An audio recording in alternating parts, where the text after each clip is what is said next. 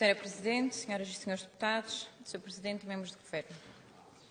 Era uma vez um arquipélago situado no meio do Atlântico, composto por 9 ilhas fantásticas, inebriantes, pintadas de verde, castanho e azul, mas todas com características que as singularizam e que fazem de cada uma delas um pequeno mistério por desvendar. É essa singularidade que nos define, poeticamente nos aproxima e que o mar teme em distanciar. Somos como diamantes em estado bruto, só que infelizmente o nosso lapidador ainda não teve a capacidade de os trabalhar como as joias raras merecem ser trabalhadas. Ou seja, exaltam-se discursos de promoção do desenvolvimento harmónico das ilhas, mas a prática política das governações socialistas rebaixam essas ilhas ao martírio do abandono, no caso das mais pequenas, ou a experiências mirabolantes importadas de outras paragens, no caso das maiores. Vejamos a realidade. A pequena economia da Ilha de São Jorge tem tentado sobreviver, a muito custo, aos infortúnios da sazonalidade turística. Este ano, é verdade, o número de dormidas aumentou. Porém, o bónus socialista a este bom desempenho dos operadores do setor é o pior horário de inverno da SATA. Cortaram-nos um voo à quinta-feira. Passamos de 2 voos para 1. Bem como a capacidade de transporte de mercadorias e carga. Em vez do DAS 400, passamos a ter o DAS 200.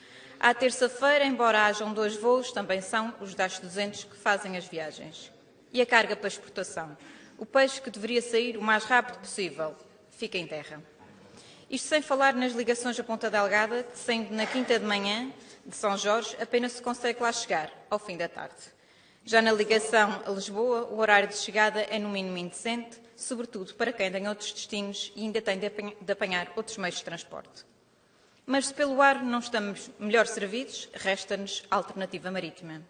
Aliás, a alternativa que já faz parte da nossa história e que, por essa razão, já deveria ter um horário regular que permitisse que os passageiros e os operadores turísticos pudessem contar com previsibilidade.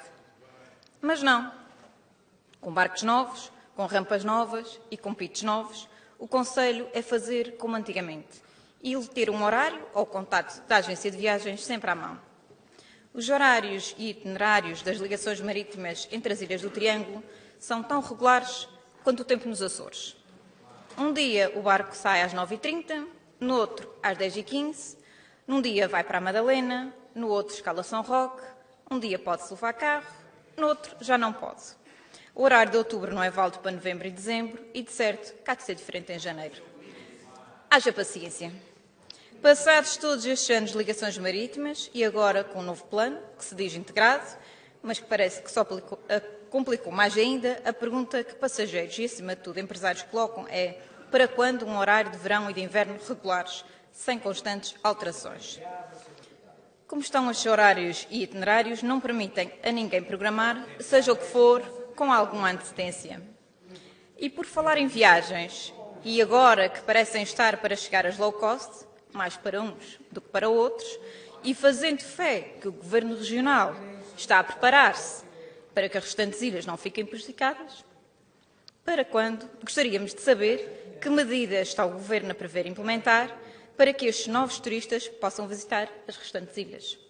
Prevê aumentar o número de viagens marítimas, assegurar a sua regularidade para os conhecidos triângulos do Grupo Central, maximizando o potencial turístico de cada ilha?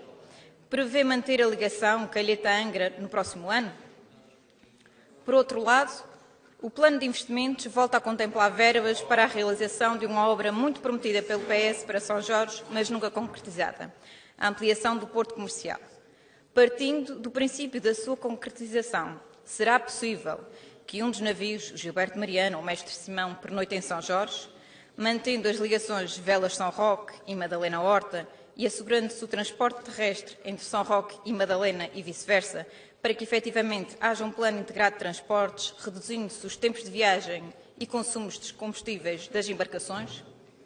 Senhora Presidente, senhoras e senhores deputados, a Carta Regional das Obras Públicas é um documento orientador e que já sofreu muitas alterações, pois algumas obras já deveriam ter tido o seu início este ano.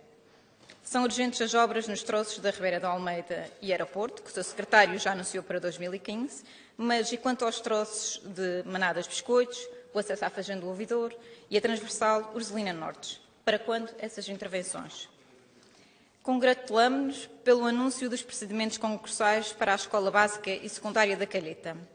Esperemos que em breve se dê definitivamente o início das obras.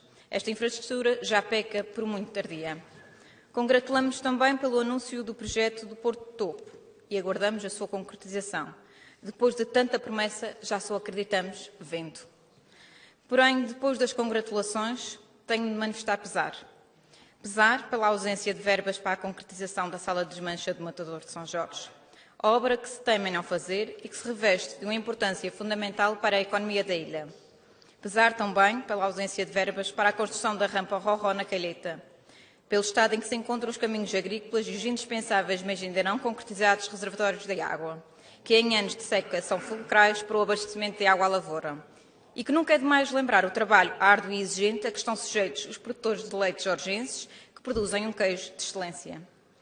Um lamento ainda pela ausência de verbas no setor da saúde para concretizar obras na Unidade de Saúde de Ilha e pela incapacidade deste Governo, que constantemente apregoam a boa gestão das suas finanças, mas que na área da solidariedade social tem inúmeros casos à espera de uma resposta para os apoios à habitação degradada. Senhora Presidente, senhoras e senhores deputados, o problema de fundo de São Jorge mantém-se e agudizam-se. Na saúde impera o salve-se quem puder. No turismo, os empresários das ilhas, que não a maior, continuarão a sofrer com a sazonalidade e a tentar manter os seus investimentos com o que ganham em apenas 3 meses. Nos transportes, aguarda-se com ansiedade que se acabem com as trocas e baldrocas de horários e itinerários. Enquanto nada se alterar, as nossas ilhas pequenas vão perdendo jovens que procuram com esperança um futuro noutras paragens. E é pena, porque São Jorge, à semelhança de outras ilhas, é uma ilha com imensas potencialidades, com produtos únicos reconhecidos internacionalmente, mas que dia a dia envelhece e definha.